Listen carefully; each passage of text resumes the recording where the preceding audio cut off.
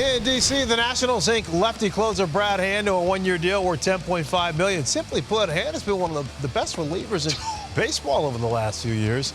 A 31-year-old's 16 saves with Cleveland led all of baseball in 2020. So it got us thinking.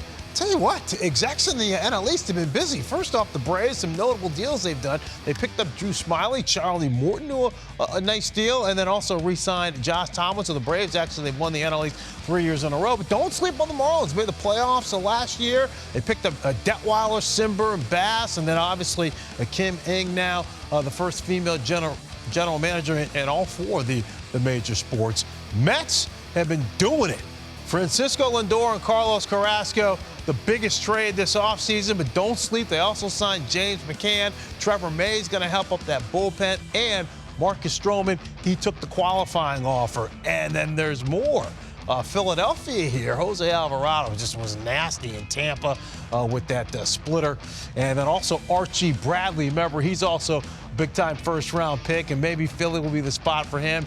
Dave Dombrowski likes to spend money. Sam Fuld, new GM there in Philadelphia. Okay, so last year the Nationals defending champs didn't make the postseason, but they're tweaking a little bit here. Picked up big Josh Bell in a trade for the Pirates, and then signed Schwarber, Lester, and Hand.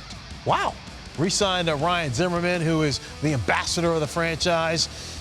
And they also picked up a utility player, Josh Harrison. So back. That was a lot. I know, right? Back inside Studio 3 with Bill and Carlos. I'll give you two more things, though. Well, go ahead. First of all, Sean Casey showed up when you went, they doing it. That's one. I love Case. Two, when we were showing those video highlights of Brad Hand throwing those breaking balls, Carlos was over here and went, he jelly-legged him. That was nasty. I don't know if you saw that slide. I mean, you saw a slider from the top like that. It made him buckle. I don't want that. Yeah, he got me. All right, with all that, and look, there's still plenty of time for all these teams in the NL East to tweak a little more. But let's say the season started today.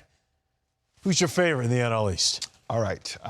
Look, this is the most improved division in all of baseball, needless to say.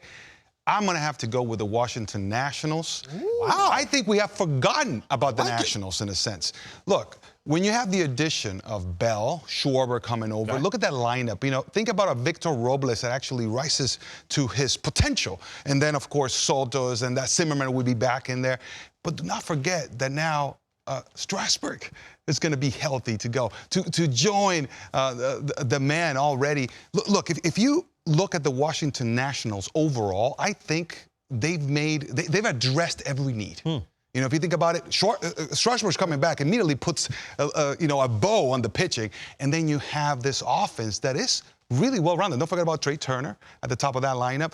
This is a force to be reckoned with. I think the Nationals are favorite. I got to spin around here and look at this because this is fun. Right. You know, you talked about all the moves that were made and what was going on. Look, this group right here showed me an awful lot last year. Yeah. And I think they're the slight favorite right there. I think the Nats compete with them, so it's a fight for first, right? Yep. So then that leaves a second place between one of those two teams. These three fight for third.